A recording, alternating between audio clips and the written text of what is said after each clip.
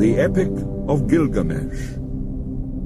Gilgamesh, king in Uruk. I will proclaim to the world the deeds of Gilgamesh. This was the man to whom all things were known. This was the king who knew the countries of the world. He was wise, he saw mysteries and knew secret things. He brought us a tale of the days before the flood. He went on a long journey, was weary, worn out with labor. Returning, he rested. He engraved on a stone the whole story. When the gods created Gilgamesh, they gave him a perfect body. Shamash, the glorious sun, endowed him with beauty. Adad, the god of the storm, endowed him with courage. The great gods made his beauty perfect, surpassing all others, terrifying like a great wild bull. 2/3 they made him god, and 1/3 man. In Uruk he built walls, a great rampart, and the temple of blessed Eanna, for the god of the firmament, Anu, and for Ishtar, the goddess of love. Look at it still today. The outer wall where the cornice runs, it shines with the brilliance of copper, and the inner wall, it has no equal. Touch the threshold. It is ancient. Approach Eanna, the dwelling of Ishtar, our lady of love and war, the like of which no latter-day king, no man alive, can equal. Climb upon the wall of Uruk, walk along it, I say. Regard the foundation terrace and examine the masonry. Is it not burnt brick and good? The 7 sages laid the foundations. Gilgamesh went abroad in the world, but he met with none who could withstand his arms till he came to Uruk. But the men of Uruk muttered in their houses, Gilgamesh sounds the tocsin for his amusement. His arrogance has no bounds, by day or night. No son is left with his father, for Gilgamesh takes them all, even the children. Yet the king should be a shepherd to his people. His lust leaves no virgin to her lover, neither the warrior's daughter nor the wife of the noble. Yet this is the shepherd of the city, wise, comely, and resolute. The gods heard their lament. The gods of heaven cried to the lord of Uruk, to Anu, the god of Uruk. A goddess made him strong as a savage bull. None can withstand his arms. No son is left with his father, for Gilgamesh takes them all. And is this the king, the shepherd of his people? His lust leaves no virgin to her lover, neither the warrior's daughter nor the wife of the noble. When Anu had heard their lamentation, the gods cried to Aruru, the goddess of creation, You made him, O Aruru, now create his equal. Let it be as like him as his own reflection, his second self, stormy heart for stormy heart. Let them contend together, and leave Uruk in quiet. So the goddess conceived an image in her mind, and it was of the stuff of Anu of the firmament. She dipped her hands in water, and pinched off clay. She let it fall in the wilderness, and noble Enkidu was created. There was virtue in him of the god of war, of Ninurta himself. His body was rough. He had long hair like a woman's. It waved like the hair of Nisaba, the goddess of corn. His body was covered with matted hair, like Samukar's, the god of cattle. He was innocent of mankind. He knew nothing of the cultivated land. Enkidu ate grass in the hills with the gazelle, and lurked with wild beasts at the waterholes. He had joy of the water with the herds of wild game. But there was a trapper who met him one day face to face at the drinking hole, for the wild game had entered his territory. On 3 days he met him face to face, and the trapper was frozen with fear. He went back to his house with the game that he had caught, and he was dumb, benumbed with terror. His face was altered like that of one who has made a long journey. With awe in his heart, he spoke to his father, "Father, there is a man unlike any other, who comes down from the hills. He is the strongest in the world. He is like an immortal from heaven. He ranges over the hills with wild beasts and eats grass. He ranges through your land and comes down to the wells. I am afraid and dare not go near him. He fills in the pits which I dig and tears up my traps set for the game. He helps the beasts to escape, and now they slip through my fingers." His father opened his mouth and said to the trapper, "My son, in Uruk lives Gilgamesh. No one has ever prevailed against him. He is strong as a star from heaven. Go to Uruk, find Gilgamesh, extol the strength of this wild man. Ask him to give you a harlot, a wanton from the temple of love. Return with her, and let her woman's power overpower this man. When next he comes down to drink at the wells, she will be there, stripped naked, and when he sees her beckoning, he will embrace her, and then the wild beasts will reject him." So the trapper set out on his journey to Uruk, and addressed himself to Gilgamesh, saying, "A man unlike any other is roaming now in the pastures. He is as strong as a star from heaven, and I am afraid to approach him. He helps the wild game to escape. He fills in my pits and pulls up my traps." Gilgamesh said, "Trapper, go back. Take with you a harlot, a child of pleasure. At the drinking holes you will strip, and when he sees her beckoning, he will embrace her, and the game of the wilderness will surely reject him."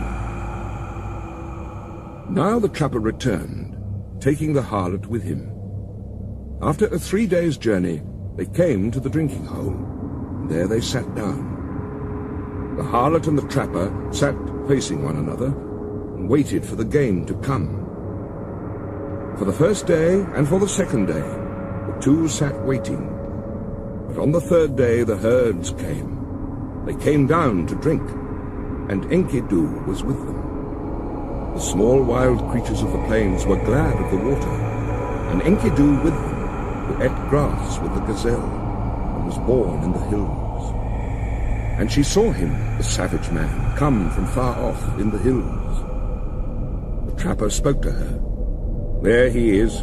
Now, woman, make your breasts bare. Have no shame. Do not delay, but welcome his love. Let him see you naked. Let him possess your body. When he comes near, uncover yourself, and lie with him. Teach him, the savage man, your woman's art. But when he murmurs love to you, the wild beasts that shared his life in the hills will reject him." She was not ashamed to take him. She made herself naked and welcomed his eagerness. As he lay on her, murmuring love, she taught him the woman's art. For 6 days and 7 nights they lay together, for Enkidu had forgotten his home in the hills. But when he was satisfied, he went back to the wild beasts. Then, when the gazelles saw him, they bolted away. When the wild creatures saw him, they fled. Enkidu would have followed, but his body was bound as though with a cord. His knees gave way when he started to run. His swiftness was gone. And now the wild creatures had all fled away. Enkidu was grown weak, for wisdom was in him, and the thoughts of a man were in his heart. So he returned, sat down at the woman's feet, and listened intently to what she said. "You are wise, Enkidu, and now you have become like a god. Why do you want to run wild with the beasts of the hills? Come with me. I will take you to strong-walled Uruk, to the blessed temple of Ishtar, and of Anu, of love, and of heaven. There Gilgamesh lives, who is very strong, and like a wild bull he lords it over men." When she had spoken, Enkidu was pleased, He longed for a comrade, for one who would understand his heart. Come, woman, and take me to that holy temple, to the house of Anu and of Ishtar, and to the place where Gilgamesh lords it over the people. I will challenge him boldly. I will cry out aloud in Uruk, I am the strongest here. I have come to change the old order. I am he who was born in the hills. I am he who is strongest of all. She said, let us go, and let him see your face. I know very well where Gilgamesh is in great Uruk. Oh, Enkidu, there all the people are dressed in their gorgeous robes. Every day is holiday. The young men and the girls are wonderful to see. How sweet they smell. All the great ones are roused from their beds. Oh, Enkidu, you who love life, I will show you Gilgamesh, a man of many moods. You shall look at him well in his radiant manhood. His body is perfect in strength and maturity. He never rests by night or day. He is stronger than me, so leave your boasting. Shamash, the glorious sun, has given favors to Gilgamesh, and Anu of the heavens, and Enlil, and Ea, the wise, has given him deep understanding, I tell you. Even before you have left the wilderness, Gilgamesh will know in his dreams that you are coming. Now Gilgamesh got up to tell his dream to his mother, Ninsun, one of the wise gods. Mother, last night I had a dream. I was full of joy. The young heroes were round me, and I walked through the night under the stars of the firmament. And one, a meteor of the stuff of Anu, fell down from heaven. I tried to lift it, but it proved too heavy. All the people of Uruk came round to see it. The common people jostled, and the nobles thronged to kiss its feet. And to me, its attraction was like a love of woman. They helped me. I braced my forehead, and I raised it with thongs, and brought it to you. And you yourself pronounced it my brother. Then Ninsun, who is well beloved and wise, said to Gilgamesh, Star of heaven, which descended like a meteor from the sky, which you tried to lift but found too heavy. When you tried to move it, it would not budge, and so you brought it to my feet. I made it for you, a goad and spur, and you were drawn as though to a woman. This is the strong comrade, the one who brings help to his friend in his need. He is the strongest of wild creatures, the stuff of Anu. Born in the grasslands, and the wild hills reared him. When you see him, you will be glad. You will love him as a woman, and he will never forsake you. This is the meaning of the dream. Gilgamesh said, Mother, I dreamt a second dream. In the streets of strong-walled Uruk, there lay an axe. The shape of it was strange, and the people thronged round. I saw it and was glad. I bent down, deeply drawn towards it. I loved it like a woman, and wore it at my side. Ninsun answered, That axe which you saw, which drew you so powerfully, like love of a woman, that is the comrade whom I give you, and he will come in his strength like one of the host of heaven. He is the brave companion who rescues his friend in necessity. Gilgamesh said to his mother, A friend, a counselor has come to me from Enlil, and now I shall befriend and counsel him. So Gilgamesh told his dreams, and the harlot retold them to Enkidu. And now she said to Enkidu, When I look at you, you have become like a god. Why do you yearn to run wild again with the beasts of the hills? Get up from the ground, the bed of a shepherd. He listened to her words with care. It was good advice that she gave. She divided her clothing in two, and with the one half she clothed him, and with the other herself. and holding his hand she led him like a child to the sheepfolds, into the shepherds' tents. There all the shepherds crowded round to see him. They put down bread in front of him, but Enkidu could only suck the milk of wild animals. He fumbled and gaped, at a loss what to do, or how he should eat the bread and drink the strong wine. Then the woman said, "Enkidu, eat bread. It is the staff of life. Drink the wine. It is the custom of the land." So he ate till he was full, and drank strong wine, 7 goblets. He became merry. His heart exulted, and his face shone. He rubbed down the matted hair of his body, and anointed himself with oil. Enkidu had become a man, but when he had put on man's clothing, he appeared like a bridegroom. He took arms to hunt the lion, so that the shepherds could rest at night. He caught wolves and lions, and the herdsmen lay down in peace, for Enkidu was their watchman, that strong man who had no rival. He was merry, living with the shepherds, till one day, lifting his eyes, he saw a man approaching. He said to the harlot, "Woman, fetch that man here. Why has he come? I wish to know his name."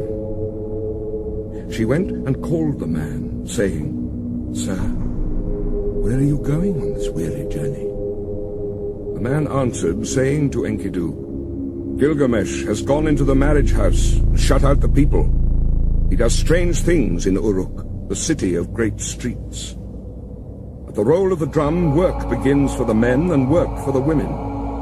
Gilgamesh the king is about to celebrate marriage with the queen of love, and he still demands to be first with the bride, the king to be first, and the husband to follow, for that was ordained by the gods from his birth, from the time the umbilical cord was cut. But now the drums roll for the choice of the bride, and the city groans." At these words, Enkidu turned white in the face. "I will go to the place where Gilgamesh lords it over the people.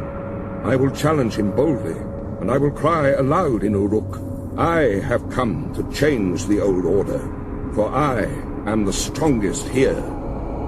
Now Enkidu strode in front, and the woman followed behind. He entered Uruk, that great market, and all the folk thronged round him where he stood in the street in strong-walled Uruk. The people jostled. Speaking of him, they said, "He is the spit of Gilgamesh. He is shorter. He is bigger of bone. This is the one who was reared on the milk of wild beasts. His is the greatest strength." The men rejoiced. "Now Gilgamesh has met his match. This great one, this hero whose beauty is like a god, he is a match even for Gilgamesh." In Uruk, the bridal bed was made, fit for the goddess of love. The bride waited for the bridegroom. But in the night, Gilgamesh got up and came to the house. Then Enkidu stepped out. He stood in the street and blocked the way. Mighty Gilgamesh came on, and Enkidu met him at the gate. He put out his foot and prevented Gilgamesh from entering the house. So they grappled, holding each other like bulls. They broke the doorposts, and the wall shook. They snorted like bulls locked together. They shattered the doorposts, and the wall shook. Gilgamesh bent his knee with his foot planted on the ground, and with a turn, Enkidu was thrown. Then immediately, his fury died. When Enkidu was thrown, he said to Gilgamesh, "There is not another like you in the world. Ninsun, who is as strong as a wild ox in the byre. She was the mother who bore you.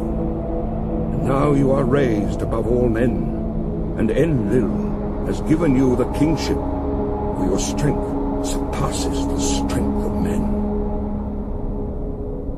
So Enkidu and Gilgamesh embraced, and their friendship was sealed. Enlil of the mountain, the father of the gods, had decreed the destiny of Gilgamesh. So Gilgamesh dreamed, and Enkidu said, "The meaning of the dream is this. The Father of the gods has given you kingship. Such is your destiny. Everlasting life is not your destiny. Because of this, do not be sad at heart. Do not be grieved or oppressed. He has given you power to bind and to loose, to be the darkness and the light of mankind. He has given you unexampled supremacy over the people, victory in battle from which no fugitive returns, in forays and assaults from which there is no going back. But do not abuse this power. Deal justly with your servants in the palace. Deal justly before Shamash." The eyes of Enkidu were full of tears, and his heart was sick. He sighed bitterly, and Gilgamesh met his eye and said, "My friend, why do you sigh so bitterly?" But Enkidu opened his mouth and said, "I am weak. My arms have lost their strength.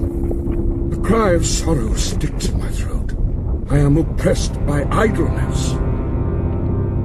It was then that the Lord Gilgamesh turned his thoughts to the country of the living. On the land of cedars, the Lord Gilgamesh reflected.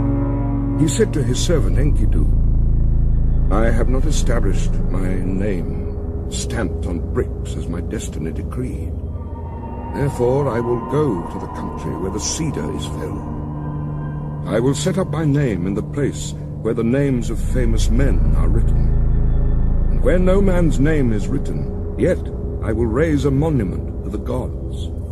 Because of the evil that is in the land, we will go to the forest and destroy the evil. For in the forest lives Humbaba, whose name is Hugeness, a ferocious giant." But Enkidu sighed bitterly and said, "When I went with the wild beasts ranging through the wilderness, I discovered the forest. Its length is 10,000 leagues in every direction. Enlil has appointed Humbaba to guard it, and armed him in sevenfold terrors.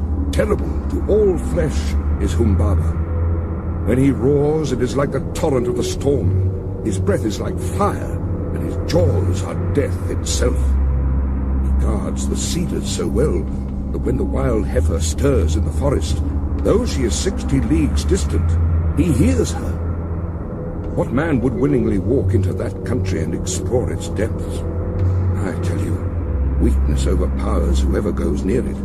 It is not an equal struggle when one fights with Humbaba. He is a great warrior, a battering ram." Gilgamesh, the watchman of the forest, never sleeps. Gilgamesh replied, "Where is the man who can clamber to heaven? Only the gods live forever with glorious Shamash. But as for us men, our days are numbered. Our occupations are a breath of wind. How is this already you are afraid? I will go first, although I am your lord, and you may safely call out, 'Forward, there is nothing to fear.' Then, if I fall, I leave behind me a name that endures. Men will say of me, 'Gilgamesh has fallen in fight with ferocious Humbaba.' Long after the child has been born in my house, they will say it. And remember." Enkidu spoke again to Gilgamesh, "Oh, my lord, if you will enter that country, go first to the hero Shamash. Tell the sun god, for the land is his. The country where the cedar is cut belongs to Shamash." Gilgamesh took up a kid, white without spot, and a brown one with it. He held them against his breast, and he carried them into the presence of the sun. He took in his hand his silver scepter, and he said to glorious Shamash, "I am going to that country, O Shamash. I am going. My hands supplicate, so let it be well with my soul, and bring me back to the key of Uruk. Grant, I beseech, your protection, and let the omen be good." Glorious Shamash answered, "Gilgamesh, you are strong, but what is the country of the living to you?" "O Shamash, hear me. Hear me. Shamash, let my voice be heard. Here in the city, man dies, oppressed at heart. Man perishes with despair in his heart. I have looked over the wall, and I see the bodies floating on the river, and that will be my lot also. Indeed, I know it is so, for whoever is tallest among men cannot reach the heavens, and the greatest cannot encompass the earth. Therefore, I would enter that country, because I have not established my name stamped on brick as my destiny decreed. I will go to the country where the cedar is cut. I will set up my name where the names of famous men are written, and where no man's name is written, I will raise a monument to the gods.